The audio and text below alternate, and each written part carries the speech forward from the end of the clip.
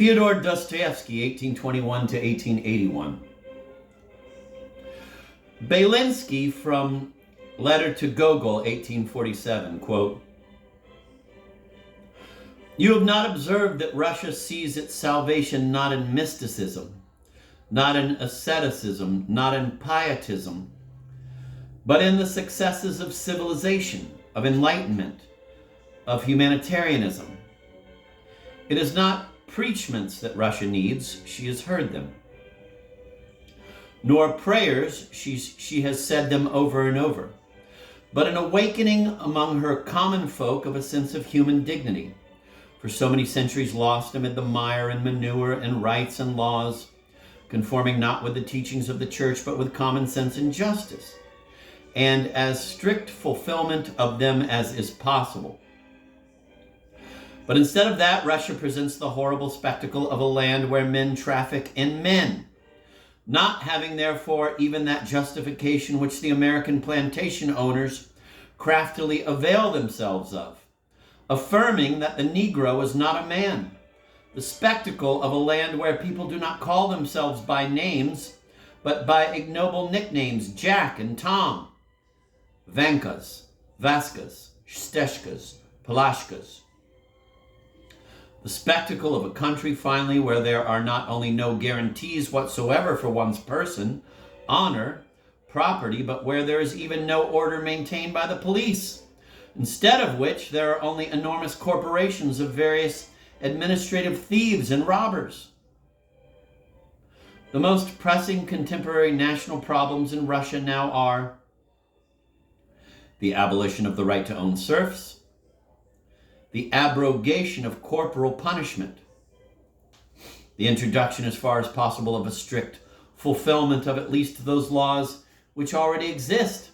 This is felt even by the government itself, which is well aware of what the landowners do with their peasants and how many throats of the former are cut every year by the latter, which is proved by its timid and fruitless half measures for the benefit of our white Negroes.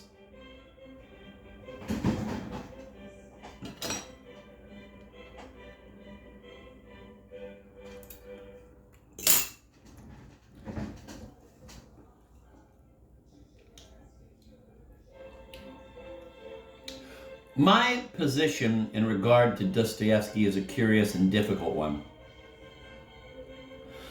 In all my courses, I approach literature from the only point of view that literature interests me, namely the point of view of enduring art and individual genius. From this point of view, Dostoyevsky is not a great writer, but a rather mediocre one, with flashes of excellent humor, but alas, with wastelands of literary platitudes in between. In Crime and Punishment, Raskolnikov, for some reason or other, kills an old female pawnbroker and her sister. Justice, in the shape of an inexorable police officer, closes slowly in on him until in the end he is driven to a public confession, and through the love of a noble prostitute he is brought to a spiritual regeneration that did not seem as incredibly banal in 1866 when the book was written as it does now, when noble prostitutes are apt to be received a little cynically by experienced readers. My difficulty, however, is that not all the readers to whom I talk in this or other classes are experienced. A good third, I should say, do not know the difference between real literature and pseudo-literature. And to such readers, Dostoevsky may seem more important and more artistic than such trash as our American historical novels or things called From Here to Eternity and such like balderdash.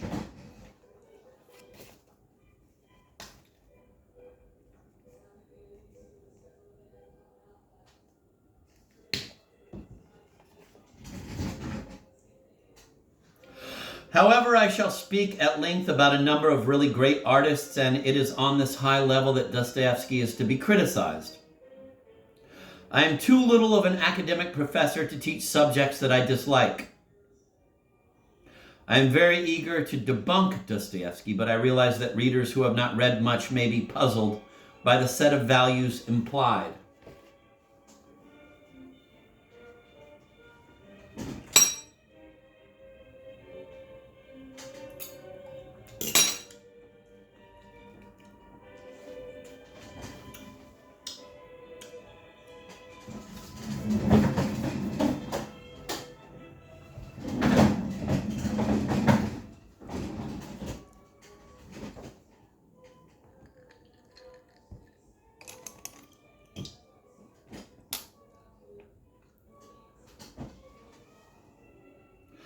Fyodor Mikhailovich Dostoyevsky was born in 1821 in the family of a rather poor man. His father was a doctor in one of the public hospitals in Moscow. But the position of a doctor of a public hospital in contemporaneous Russia was a modest one, and the Dostoyevsky family lived in cramped quarters and in conditions anything but luxurious. His father was a petty tyrant who was murdered under obscure circumstances. Freudian-minded explorers of Dostoyevsky's literary work are inclined to see an autobiographic feature in the attitude of Ivan Karamazov toward the murder of his father. Though Ivan was not the actual murderer, yet through his lax attitude and through his not having prevented a murder he could have prevented, he was in a way guilty of patricide. It seems, according to those critics,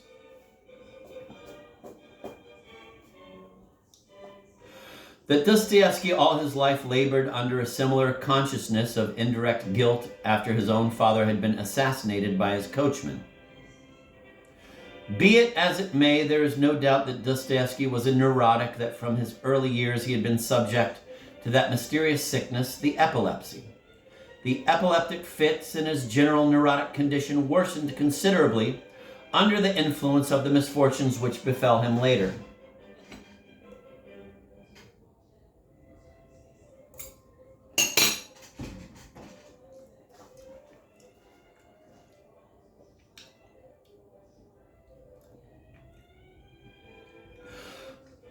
Dostoyevsky received his education first at a boarding school in Moscow, then at the military engineers school in Petersburg. He was not particularly interested in military engineering, but his father had desired him to enter that school. Even there, he devoted most of his time to the study of literature. After graduation, he served at the engineering department just as long as was obligatory in return for the education he had received. In 1844, he resigned his commission and entered upon his literary career. His first book, Poor Folk, 1846, was a hit both with the literary critics and the reading public. There are all sorts of anecdotes concerning its early history. Dostoyevsky's friend and a writer in his own right, Dmitry Grigorovich, had persuaded Dostoyevsky to let him show the manuscript to Nikolai Nekrasov, who was at that time publisher of the most influential literary review, Sovremennik, the Contemporary. Nekrasov and his lady friend, Mrs. Panayev, entertained at the office of the review a literary salon which was frequented by all the worthies of contemporaneous Russian literature. Turgenev and later Tolstoy were among its constant members. So were the famous left-wing critics Nikolai Chernyshevsky and Nikolai Drabolyubov. Being published in Nekrasov's review was enough to make a man's literary reputation. After leaving his manuscript with Nekrasov, Dostoyevsky went to bed full of misgivings. They will poke fun at my poor folk, he kept telling himself. At 4 a.m, he was awakened by Nekrasov and Grigorovich, who made an irruption into his apartment and smothered him with smacking Russian kisses. They had begun to read the manuscript in the evening and could not stop until they had read it to the end. Their admiration had been so great that they decided to wake up the author and tell him what they thought of him at once. What matter that he sleeps? This is more important than sleep, they said.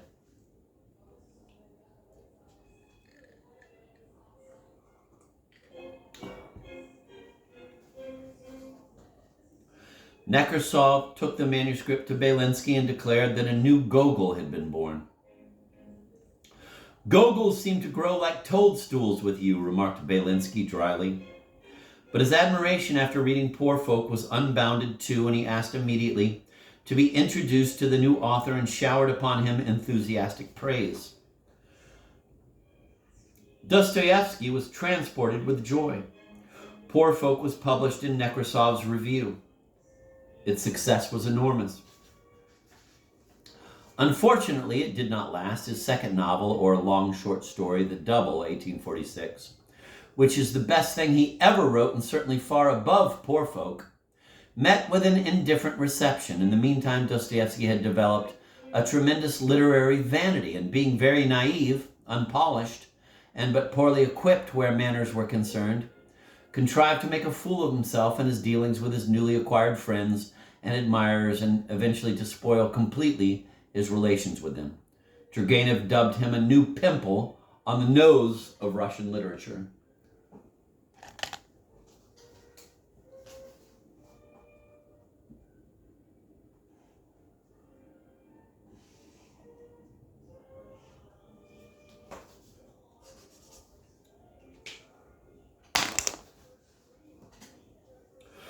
His early inclinations were to the side of the radicals. He leaned more or less toward the westernizers. Westernizers. Westernizers. Excuse me.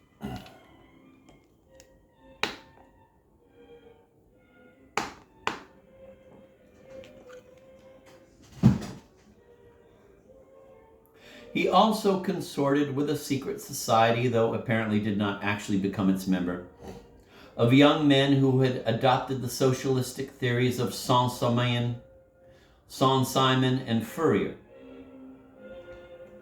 These young men gathered at the house of an official of the State Department, Mikhail Dostoyevsky, and read aloud and discussed the books of Fourier, talked socialism, and criticized the government.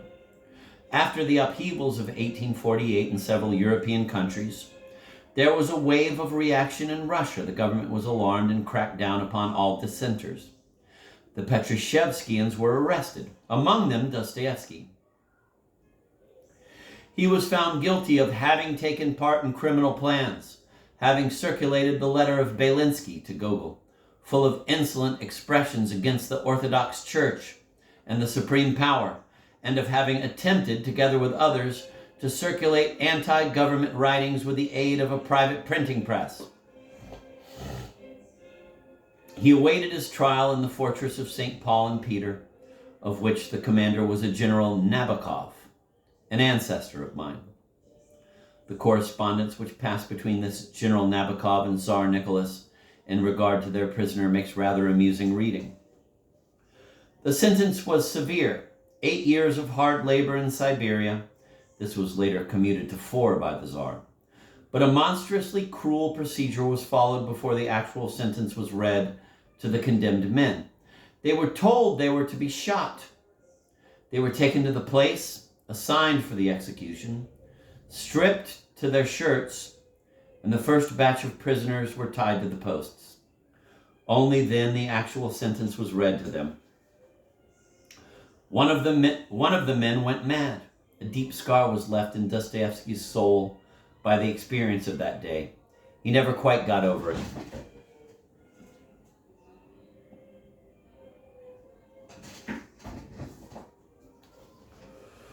The 4 years of penal servitude Dostoyevsky spent in Siberia in the company of murderers and thieves, no segregation having been yet introduced between ordinary and political criminals.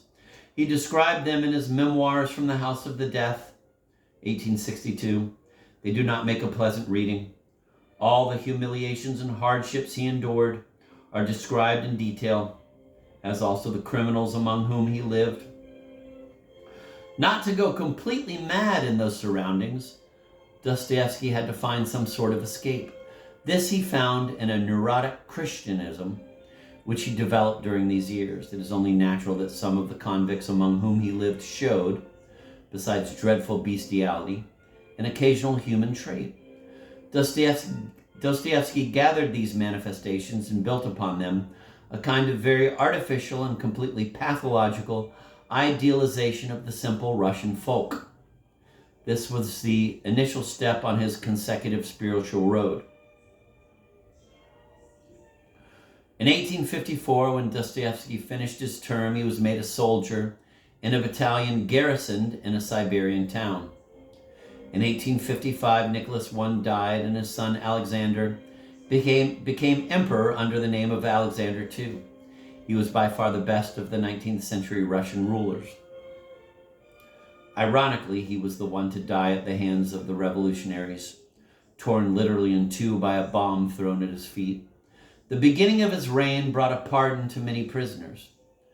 Dostoyevsky was given back his officer's commission. 4 years later, he was allowed to return to Petersburg.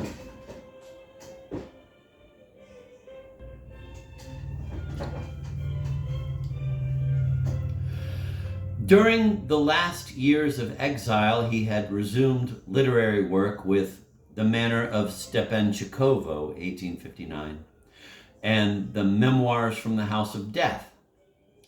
After his return to Petersburg, he plunged into literary activity. He began at once publishing, together with his brother Mikhail, a literary magazine, Vremya, Time, his Memoirs from the House of Death, and yet another work, a novel, The Humiliated and the Insulted, 1861, appeared in this magazine. His attitude toward the government had completely changed since the days of his youthful radicalism. Quote, Greek Catholic Church, absolute monarchy, and the cult of Russian nationalism, end of quote. These three props on which stood the reactionary political Slavophilism were his political faith.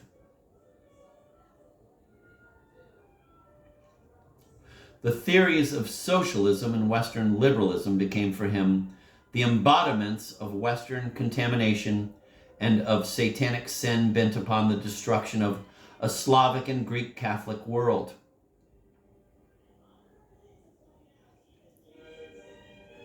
It is the same attitude that one sees in fascism or in communism.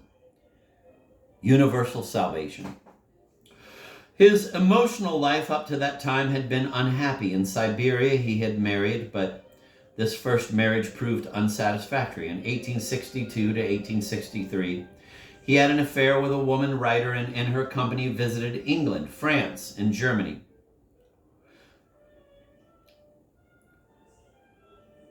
This woman, whom he later characterized as infernal, seems to have been an evil character.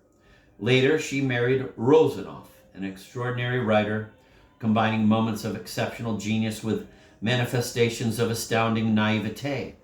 I knew Rozanov, but he had married another woman by that time. This woman seems to have had a rather unfortunate influence on Dostoyevsky, further upsetting his unstable spirit.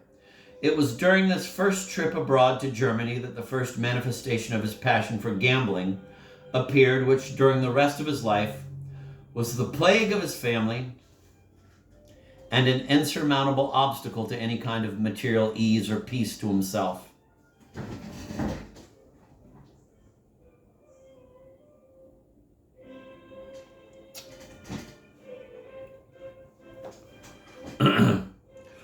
After his brother's death, the closing of the review which he had been editing left Dostoyevsky a bankrupt and burdened.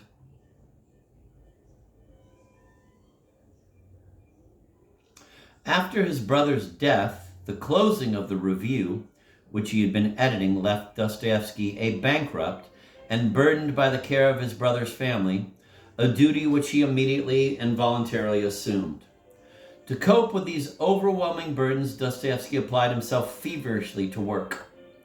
All his most celebrated writings, Crime and Punishment, 1866, The Gambler, 1867, The Idiot, 1868, The Possessed, 1872, The Brothers Karamazov, 1880, etc., were written under constant stress. He had to work in a hurry, to meet deadlines with hardly any time left to reread what he had written, or rather what he had dictated to a stenographer he had been obliged to hire. In his stenographer, he at last found a woman full of devotion and with such practical sense that by her help he met his deadlines and gradually began to extricate himself from his financial mess. In 1867, he married her. This marriage was on the whole a happy one. For 4 years, from 1867 to 1871, they had achieved some financial security and were able to return to Russia.